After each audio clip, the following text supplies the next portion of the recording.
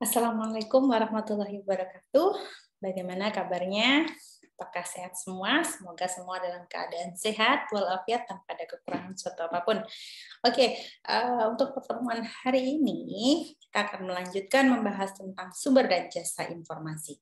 Sebelumnya, izinkan saya untuk share screen ya. Oke, baik.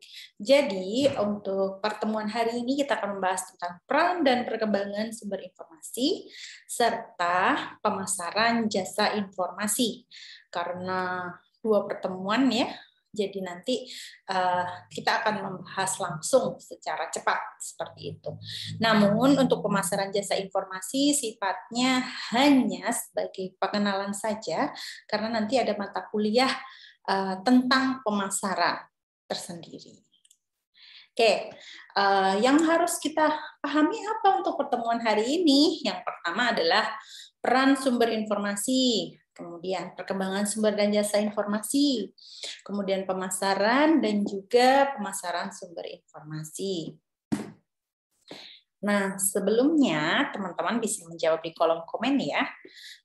Apa saja sih sebenarnya teman-teman yang sudah dipelajari selama setengah semester ini di mata kuliah perkembangan pembelajaran sumber dan jasa informasi. Bisa teman-teman nanti share ya. Mengapa hal ini perlu? Ini nggak usah lihat materi ya. Jadi seingat kalian saja apa. Jadi yang diingat dulu apa tentang sebelum UTS, kalian bisa taruh di kolom komen seperti itu.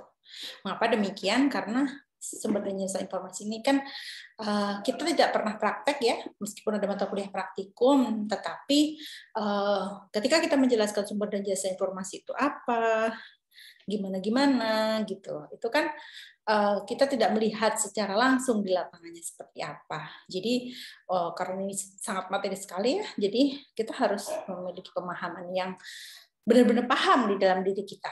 Jadi saya berharap tuh tanpa disuruh atau tanpa membuka materi PPT dan sebagainya, kita bisa mengingat. Ketika kita membicarakan sumber dan jasa informasi, hal apa sih yang sebenarnya sudah teman-teman pegang teguh, yang teman-teman dapatkan dari setengah UTS kemarin? Oke, sekarang kita akan belajar tentang peran sumber dan jasa informasi. Bila mana teman-teman mendengar kata peran, apa yang terbayang dari benak teman-teman? Oke, kalau misalnya bahas tentang perkembangan, kira-kira terkait dengan apa ya?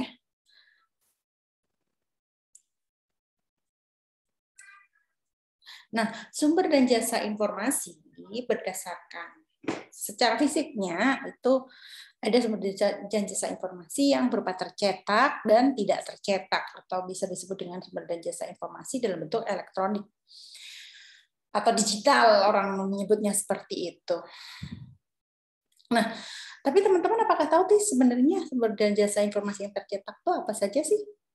Nah, kalau misalnya kita ingat-ingat ya, zaman dahulu kala itu orang bisa menulis itu ada di batu, terus kemudian ada di daun lontar, ada di kulit, nah terus kemudian ada di kertas, terus kemudian di batu juga ada seperti itu ya. Jadi tercetak saja tuh mengalami banyak sekali perkembangan ya, dari menulisnya dengan batu, dari menulisnya dengan dengan lerak ya dulu itu ya, jadi bisa dibaca ketika ada bantuan air seperti itu dan sebagainya hingga saat ini ada printer, ada digital printer juga sekarang ya, canggih sekali sekarang, sudah perkembangan sumber informasi itu luar biasa perkembangannya.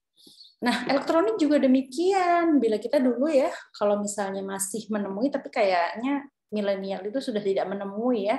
Mungkin menemui itu ya yang tinggal di desa saja. Teman-teman pernah melihat layar tancap? Nah, dulu itu kan layar tancap ya, kalau misalnya kalian bisa pernah melihat itu, roll filmnya tuh sampai digulung-gulung besar sekali kan ya.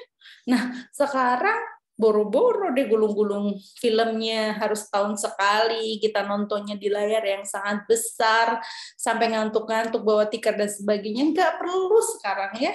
Sekarang nggak perlu kehujanan, nggak perlu ya social distancing ya kalau sekarang ya. Nah, sekarang itu cukup langganan Netflix, semuanya bisa dilihat dalam genggaman, ya kan?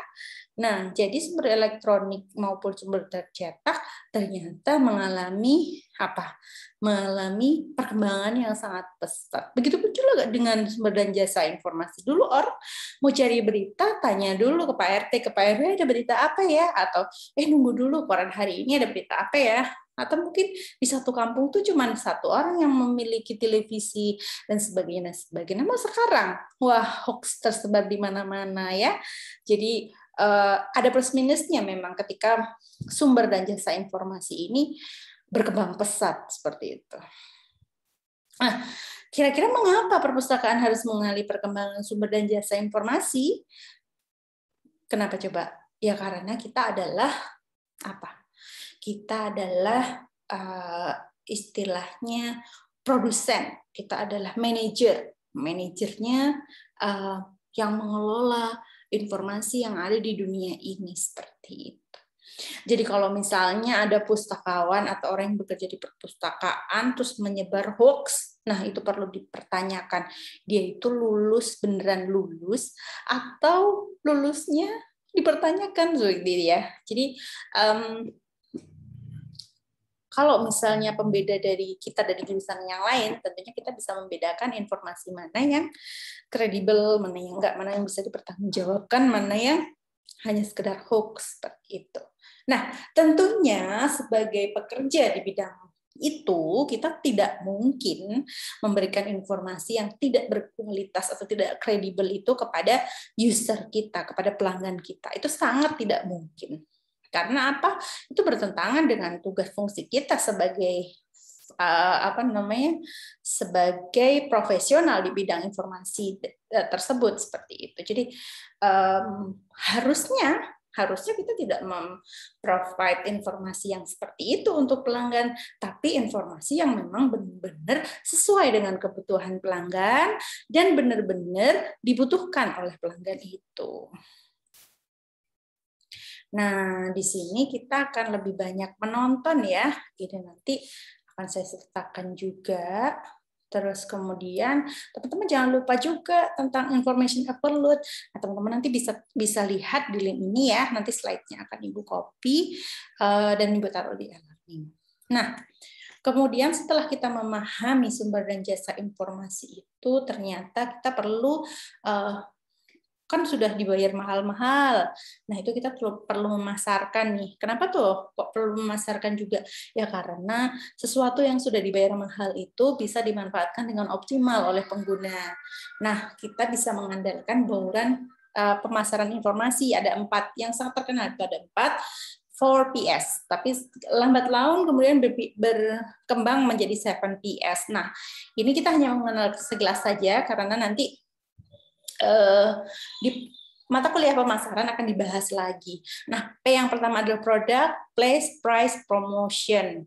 Jadi ini ada identifikasi sendiri-sendiri ya. Jadi nanti ketika kalian mau memasarkan suatu produk, itu harus dinilai dulu. Produknya, kualitasnya seperti apa, pemanfaatannya seperti apa, lalu rumit atau tidak, mudah atau tidak, resikonya besar atau kecil, kemudian place-nya itu sesuai dengan kebutuhan konsumen atau enggak, price-nya itu keaktualan informasi, relevansi, nilai guna, dan sebagainya. Terus kemudian promotion itu, apakah dia bisa mempengaruhi seseorang, menginformasikan seseorang, atau membujuk seseorang untuk menggunakan informasi tersebut. Nah, bauran pemasaran itu ternyata ada pembaharuan nih. Nah, bauran pemasaran sendiri ada 7PS yang sangat terkenal di dalam bauran pemasaran. 7PS itu apa? Ini. Nah, tapi 7PS ini nanti akan dibahas lebih lanjut di mata kuliah pemasaran. Nah, ini kita juga harus tonton lagi ya. Setelah itu nanti kita akan review bersama-sama. Oke, itu saja untuk pertemuan hari ini. Kurang lebihnya saya mohon maaf. Wassalamualaikum warahmatullahi wabarakatuh.